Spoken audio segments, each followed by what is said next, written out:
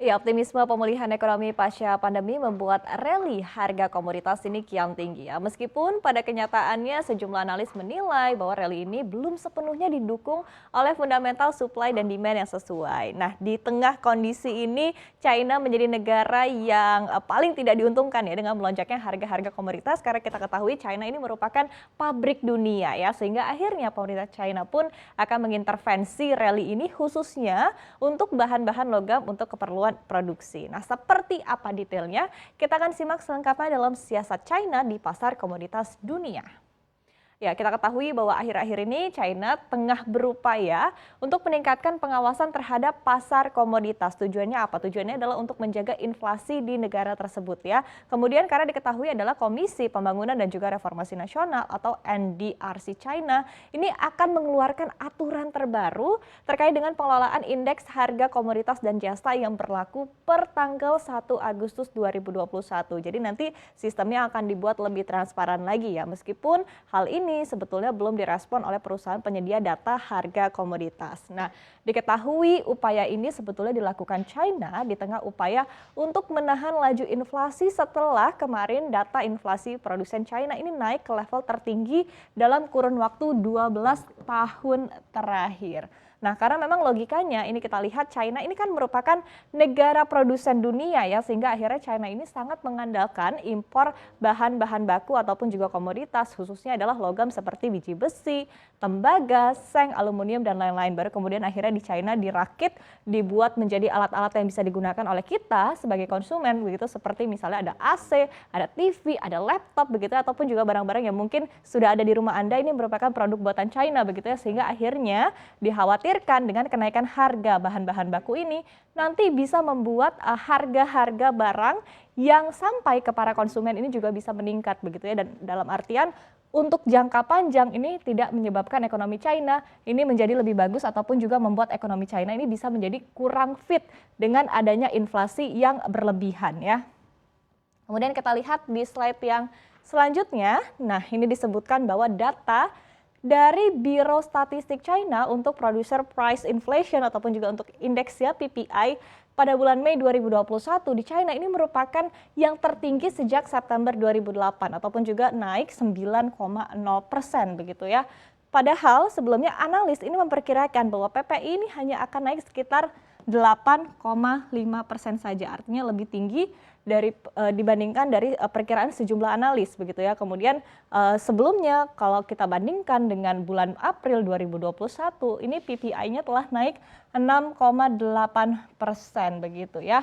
Nah, kita ketahui bahwa inflasi ini disebabkan oleh harga komoditas yang melesat naik di masa pemulihan pandemi COVID-19. Nanti kita akan lihat seperti apa sih pergerakan harga komoditasnya. Nah, meskipun sebetulnya penyebab dari naiknya harga komoditas ini adalah spekulasi di pasar komoditas di mana para pelaku pasar ini menilai bahwa memang permintaan dan juga supply ini akan lebih tinggi di masa pemulihan akibat pandemi COVID-19.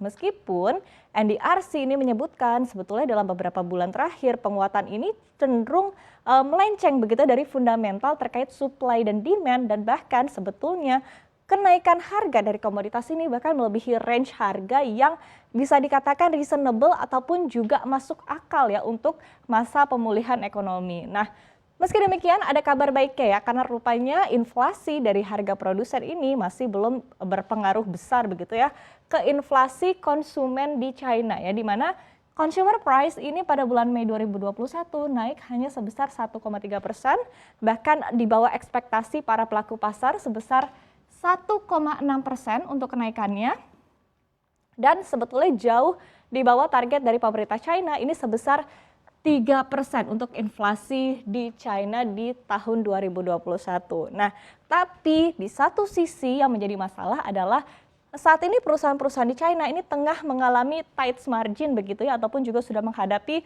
margin yang tipis dari harga produksi dengan harga penjualan, sehingga akhirnya perusahaan-perusahaan ini mematok harga tinggi untuk material lain secara overseas ya, sehingga akhirnya bisa berdampak kepada gelembung inflasi lebih ke secara global begitu ya, atau antar perusahaan antar negara. Nah, kita lihat di slide yang selanjutnya, sehingga sebagai negara pabrik dunia, pemerintah China pun di tengah kondisi seperti ini berjanji untuk memastikan kenaikan harga ini tidak berlanjut ke para konsumer ya. Di sisi lain, China pun juga berencana untuk melepas pasokan tembaga, aluminium dan juga seng ke pasar domestik.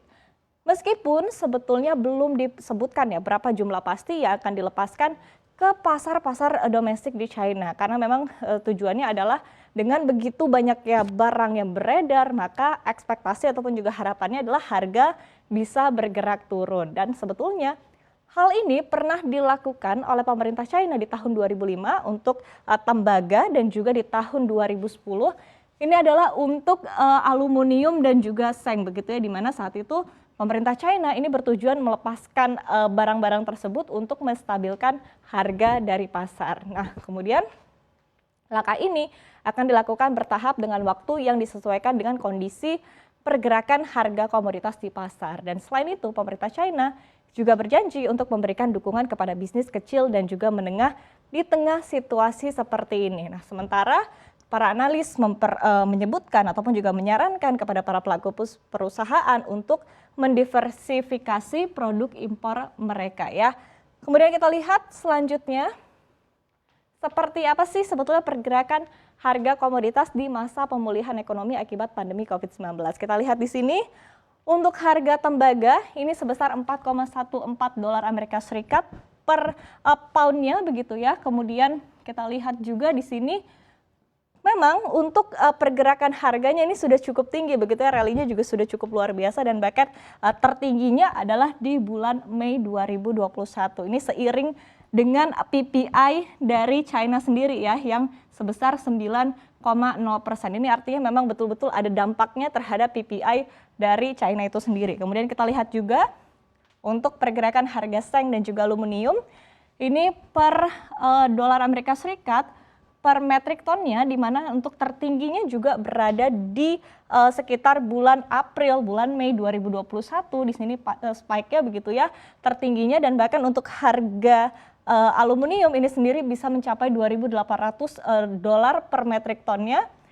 Dan ini adalah harga tertinggi, dan kalau kita lihat memang sebetulnya sudah mulai sedikit cool down begitu seiring dengan upaya pemerintah China untuk mengintervensi harga-harga komoditas. Kita lihat di sini ya, di kisaran bulan Juni ini juga sudah mulai turun. Begitupun juga dengan seng dan aluminium yang juga sudah mulai bergerak turun begitu seiring dengan intervensi dari pemerintah China. Nah, selain itu diketahui juga bahwa sebetulnya pasar ini sedang bereaksi terhadap The Fed dan Amerika Serikat yang berencana untuk mengurangi stimulus infrastruktur. Nah, tapi di satu sisi, walaupun sebetulnya trennya sudah sedikit melemah begitu ya, sudah melewati puncaknya, tapi survei dari 7.500 trading companies oleh Kementerian Perdagangan China menunjukkan bahwa komoditas ini kini berada di bawah tekanan biaya yang signifikan di tengah kekhawatiran akan inflasi akibat permintaan pasca pandemi. Nah, kita akan lihat ya seperti apa kedepannya, apakah siasat dari pemerintah China ini mampu menurunkan harga komoditas dunia. Kita akan lihat ke depannya seperti apa.